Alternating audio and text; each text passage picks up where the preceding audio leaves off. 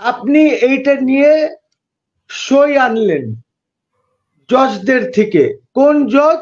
যারা পরের দিন বা তার পরের দিন যাদেরকে আপনি রিজাইন করালেন পুরো অ্যাপেলেট ডিভিশন, ওদের সই আনলেন। এখন কথা হচ্ছে ওরা কোথায় বসেছে? কোর্ট বসলে কোথায় বসেছে? যে প্রেসিডেন্ট, যে সে তো দিয়েছে পদত্যাগ, যাও প্রেসিডেন্টের ঘেরাও করো। আসিফ নজরুল অর্ডার দিয়ে দিল, মিথ্যুক একজন প্রেসিডেন্ট, একটা মিথ্যুক। তো আপনি তো মিথ্যুককে নিয়ে কাজ করছেন না, আপনি তো মৃত্যুকে নিয়েই অ্যামেন্ডমেন্ট করেছেন, আইসিটিতে এদিক ওদিক করছেন।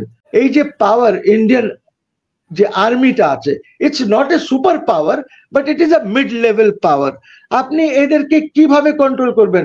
আপনার কাছে আছে 100 সে জেট, যদি কোনো গন্ডগোল লাগে 2টা এয়ারফিল্ড, কি বলে ওই যেটার উপরে প্লেন রানওয়েজ গুলি আপনি করে দিলে আপনার 100টা প্লেন বসে থাকবে, দ্যাট ক্যান বি ডিস্ট্রয়েড। প্রশ্ন, এই সরকারের ব্যর্থতার জন্য অফকোর্স আসিফ নজরুল দায়ী। আর শুধু আসিফ নজরুলকে সরালে হবে না, এন্টায়ার গভর্নমেন্ট কে যেতে হবে। প্রথমেই মিস্টেক করেছে তারা, এই কনস্টিটিউশনটার উপরে তারা ওথ নেওয়ার আগে তারা ফ্রড করেছে, রাষ্ট্রের সাথে, স্টেটের সাথে ফ্রড করেছে, প্রত্যেক স্টেপে ফ্রড করেছে রাষ্ট্রের সাথে। আমি বলি, 1 নম্বর ফ্রড করেছে রাষ্ট্রের সাথে যখন অ্যাটর্নি জেনারেলের অ্যাপয়েন্টমেন্ট হলো। কে করলো? কে অ্যাডভাইস করলো? রাষ্ট্রপতিকে। বিকজ তারা তো এখন সংবিধানের উপরে ওথ নিয়েছে, কাজে তাদেরকে তো সংবিধান মানতে হবে। কাজে কে অ্যাপয়েন্টমেন্ট করলো? কোত্থেকে অ্যাপয়েন্টমেন্ট আসলো? এই অ্যাপয়েন্টমেন্টটা হচ্ছে 6 তারিখে। which government appointed him? who gave that letter? President K advice করেছে? নাম্বার 1। 7 তারিখে আপনি পার্লামেন্ট ডিসলভ করে দিলেন।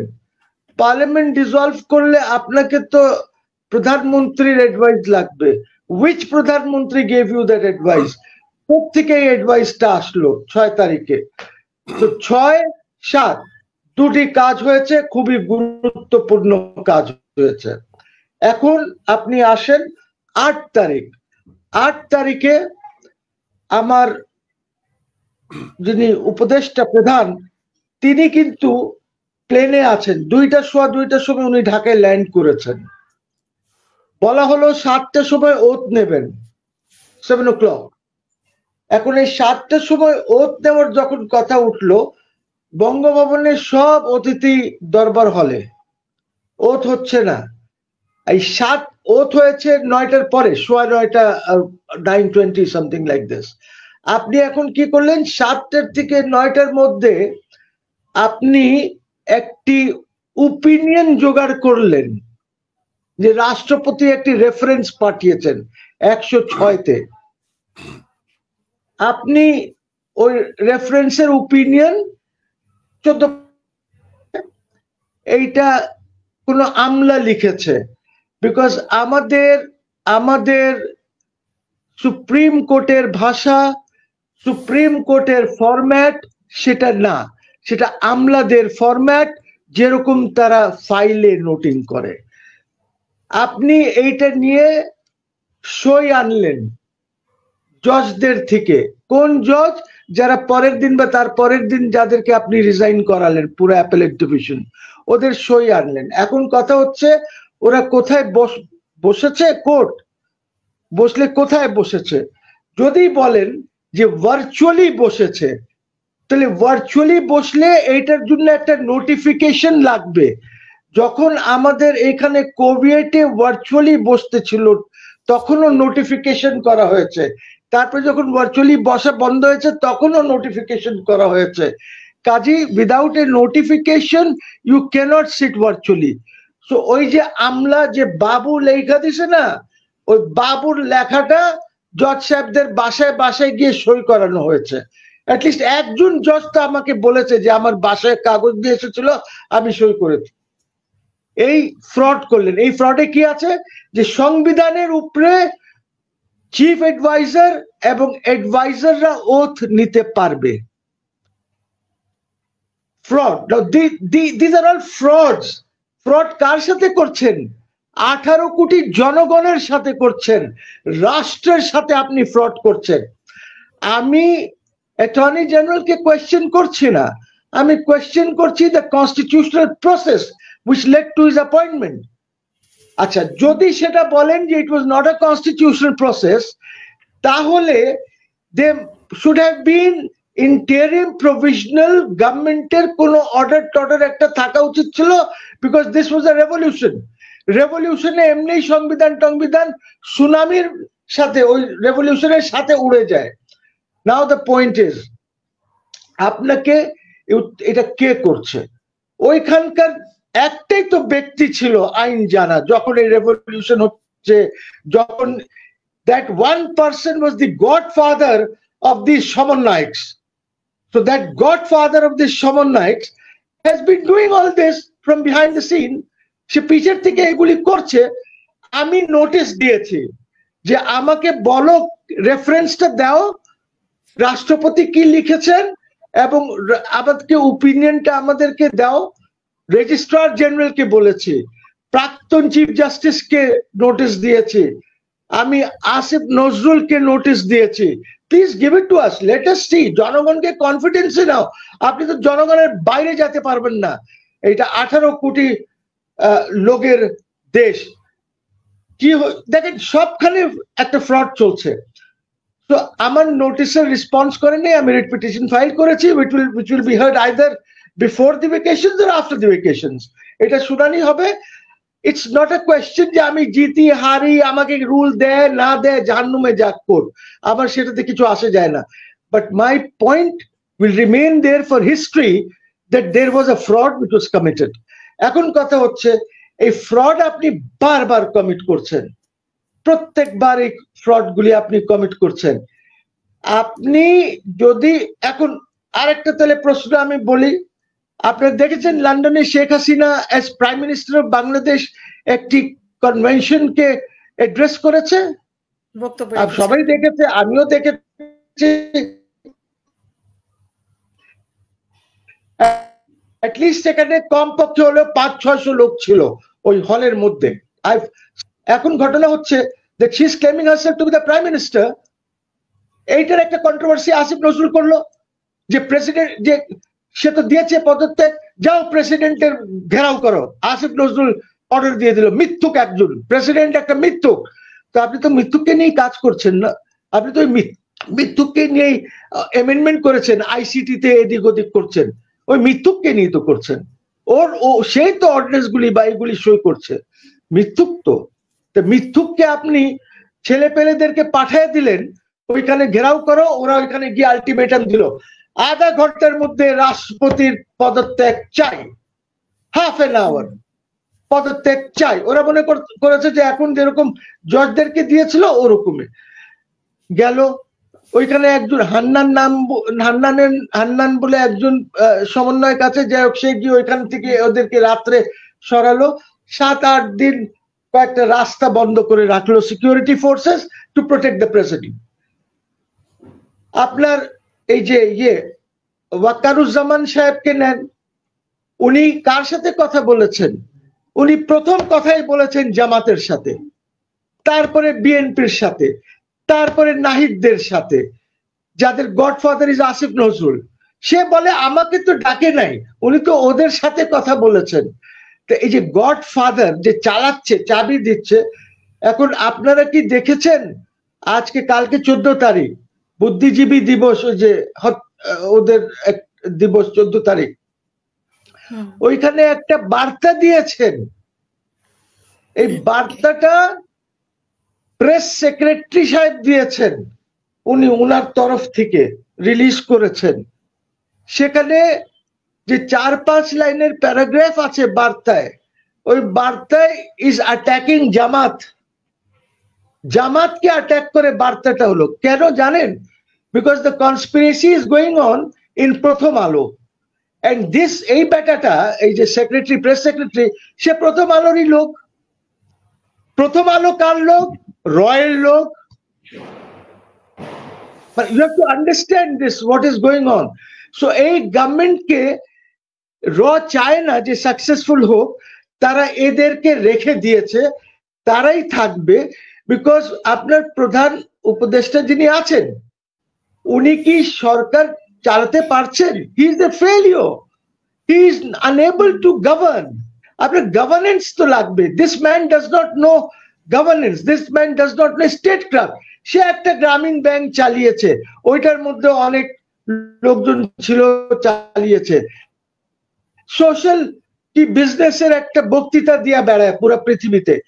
ওই উনার একটা ইয়ে আছে, ওই যে PR agency, communication agency in London, আমি এই এজেন্সির নামও বলেছি কয়েকবার, বিপিটিসি অ্যাডভাইজার্স। তো এরা এইসব অ্যারেঞ্জ করে, ঠিক আছে। উনারে আপনি দিয়েছেন state craft. State craft is a different ball game all together. আপনি যাদেরকে সেখানে উপদেষ্টা বানিয়েছেন, এনজিও গভর্নমেন্ট আপনি বানিয়েছেন, আমি আজকের থেকে না, যেদিন থেকে হয়েছে সেদিন থেকে বলছি। একদিকে দেখবেন আপনি আমাদের ওই যে ইসের ফরাদ মাজারের ওয়াইফ হলো একটা অ্যাডভাইজার, আর ফরাদ মাজার is also talking on the same lines age I am talking, যে এইটা একটা রিভলিউশনারি গভর্নমেন্ট হওয়া উচিত ছিল, হ্যান হয়েছিল তেন। What is going on? What is going on? একজন অ্যাডভাইজারের হাজবেন্ড, ওরা দুইজন একসাথেই বাসায় থাকে। এই যে ইসে কি বলে, ওই যে আনন্দ সিনেমা না, ওই শ্যামলী সিনেমার ওই রাস্তায় একটু গিয়ে ডান পাশে ওদের বাসা আছে। They stay together. I have been to that house to meet Farhad বাজার because we had some discussion too. ওইখানেই ওনারা থাকেন। এখন কথা হচ্ছে যে ভাই, this is a serious matter, state craft.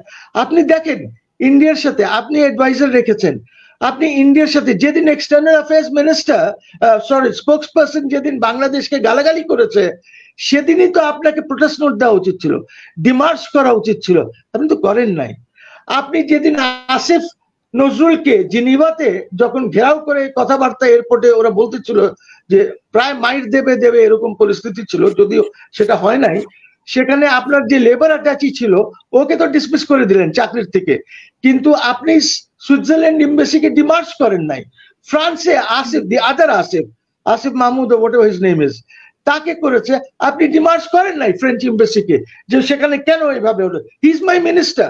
আমি ক্রিটিসাইজ তো করতেছি আসিফ নজরুলকে, but at the same time যখন সে একটা ফরেন সয়েলে আছে, সে একটা সভরেন রাষ্ট্রকে রিপ্রেজেন্ট করছে, রাইটলি হোক রংলি হোক, সে খারাপ হোক সে ভালো হোক, আপনি কিছু করেন নাই। আপনি সেদিন ওয়ার্মাকে ডেকে, হাই কমিশনারকে ডেকে প্রোটেস্ট নোট দিলেন, এটা আমরা বারবার ফেসবুকে বলেছি, বারবার বলেছি। তখন আমি, আমার মতন আরো অনেকেই বলেছে নিশ্চয়ই, তখন আপনি একটা প্রোটেস্ট নোট তার হাতে ধরিয়ে দিয়েছেন, ঠিক আছে। কিন্তু আপনি কি বাস্তবে, আপনি কি জানেন, আপনারা জানেন না যে মার্চটা হয়েছে, এখন ওই দলগুলির নাম বললে আমারই মাইর দেবে। And my friend Mamun knows very well যে তারা কিভাবে, you know, এই মার্চটা ইনস্টিগেট কে করেছে? Who is that man sitting in Barasat? নাম নাই বললাম, ওর নাম আমি জানি। He has instigated them to go with a march. তার কারণ হচ্ছে যে আপনাকে এই যে ডিপ্লোম্যাটিক একটা সমস্যা আছে, এইটাকে you must cool it down now. অনেক হয়েছে, এটাকে কুল করতে হবে। কুল না করলে আমাদের জন্য বিপদ আছে। ইউ হ্যাভ টু আন্ডারস্ট্যান্ড, আমাদের কোনো স্ট্র্যাটেজিক ব্যাকিং নাই। We have no friends now. চাইনার সাথে তো আপনি আপনার ফ্রেন্ডশিপটা এই গভর্নমেন্টটা করে নাই তো। আপনি রাশিয়ানস, দ্য সার্ক কান্ট্রিজ, আশেপাশে রিজিনাল কান্ট্রিজ, কারোর সাথে তো আপনার যোগাযোগ নাই। আপনি যদি স্ট্র্যাটেজিক ব্যাকিং না হয়, আপনি তো কন্ট্রোল করতে পারবেন না। আপনি যখন বারবার বলছেন যে সার্ক কে রিভাইভ করব, কোন স্টেপস নেন নাই আপনি। China has N observer status with SAARC, Americans have status, observer status with SAARC. তো আপনি অ্যাটলিস্ট এগুলিকে, নাহলে আপনি এত বড় পাওয়ার, এই যে পাওয়ার ইন্ডিয়ান যে আর্মিটা আছে, it's not a super power but it is a mid level power. আপনি এদেরকে কিভাবে কন্ট্রোল করবেন? আপনার কাছে আছে 100 সে জেট, যদি কোনো গন্ডগোল লাগে 2টা এয়ারফিল্ড ওই কি বলে ওই যেটার উপরে প্লেন রানওয়েজ গুলি আপনি করে দিলে আপনার 100টা প্লেন বসে থাকবে, that can be destroyed. They have got, the Indians have got 1100 planes. ঠিক আছে, আপনার কি করবেন আপনি?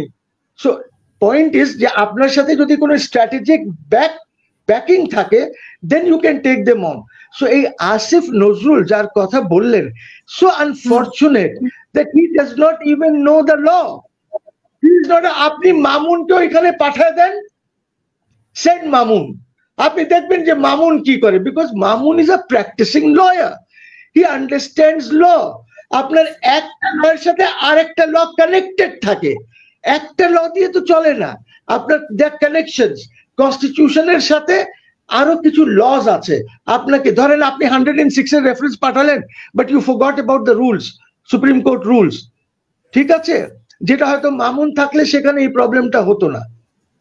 সো আপনি এই যে এই ধরনের, আপনি দেখেন, আমি আপনাকে একটা ঘটনা বলি।